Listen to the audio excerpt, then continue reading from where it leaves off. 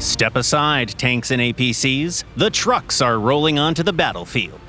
At first glance, they may look harmless, even a little comical. Yet sometimes these unassuming vehicles pose just as much of a threat to tanks as opponents armed with the most powerful guns. By the first half of the 20th century, trucks had already proven themselves as indispensable gun platforms.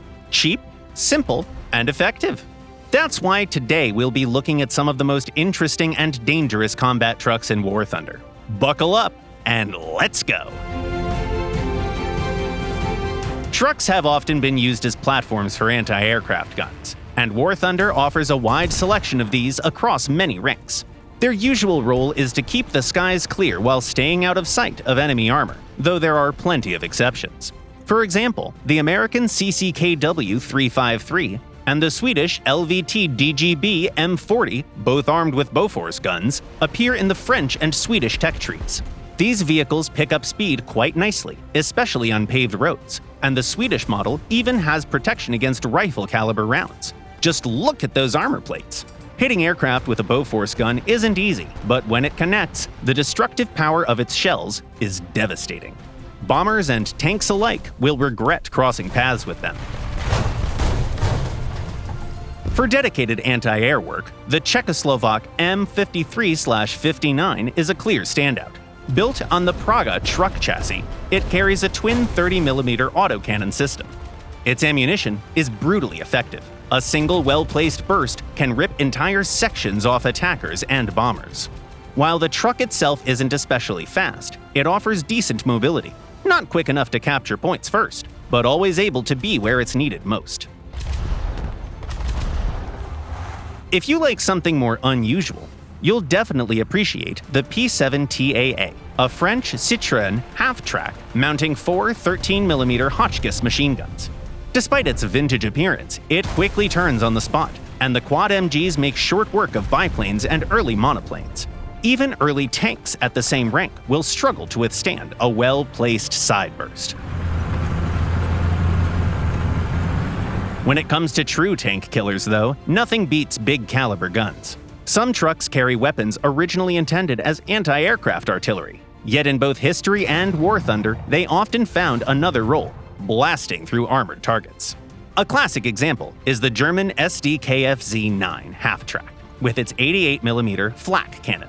It lumbers over rough ground at a sluggish pace, but more than makes up for it with its firepower.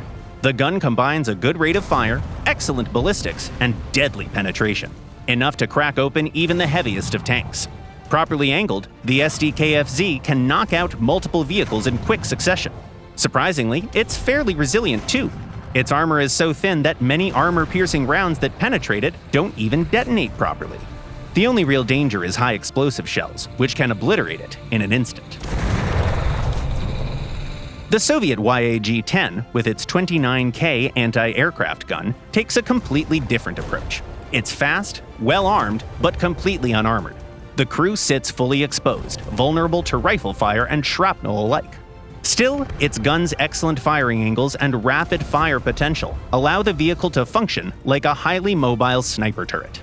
The YAG-10 excels at flanking maneuvers and surprise attacks, especially if there aren't many enemy planes around to complicate things.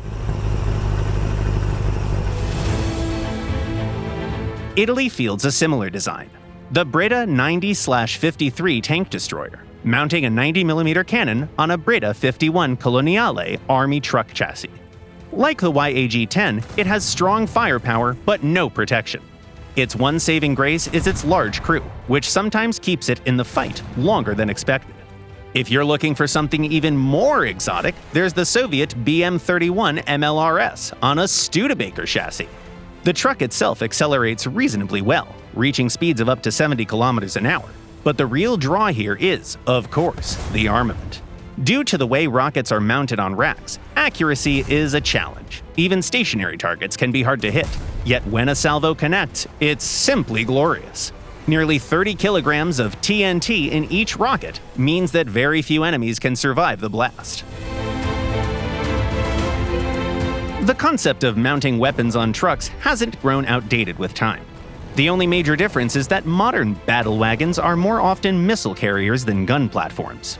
Take the Russian Pantsir S-1 on a Kamaz truck chassis.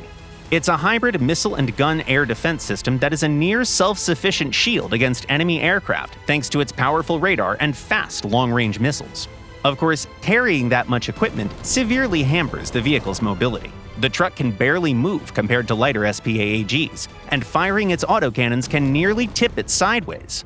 Still, when it comes to firepower, it has very few rivals. This truck is capable of shredding even a Leopard tank with a close-range autocannon burst to the side. At the same time, many modern truck-based SPAA systems can't engage ground targets at all. The German Iris-T system on an 8x8 MAN chassis, for example, combines an advanced radar that covers dozens of kilometers with missiles that hit like a truck, making it an air defense specialist rather than a vehicle that is going to battle it out with other units on the ground. Even in this class of vehicles, however, there are still some notable exceptions, like the Japanese Type 93 SAM mounted on a Toyota Mega Cruiser. Lightning fast and nimble, this vehicle can slip behind enemy lines almost at the very beginning of a match. Its sole weapons are IR-guided missiles, though, so be careful. Then there's also the South African Istervark, which is much better suited for engaging lightly armored enemies. With its 20mm autocannon, this highly mobile vehicle is ideal for ambushes and lightning-quick strikes. In the hands of an experienced player, combat trucks can be truly fearsome weapons. They're not built for head-on fights with tanks, but they excel at seizing the initiative and forcing opponents into situations where they can't respond. Which of these trucks are your favorites? Let us know in the comments down below.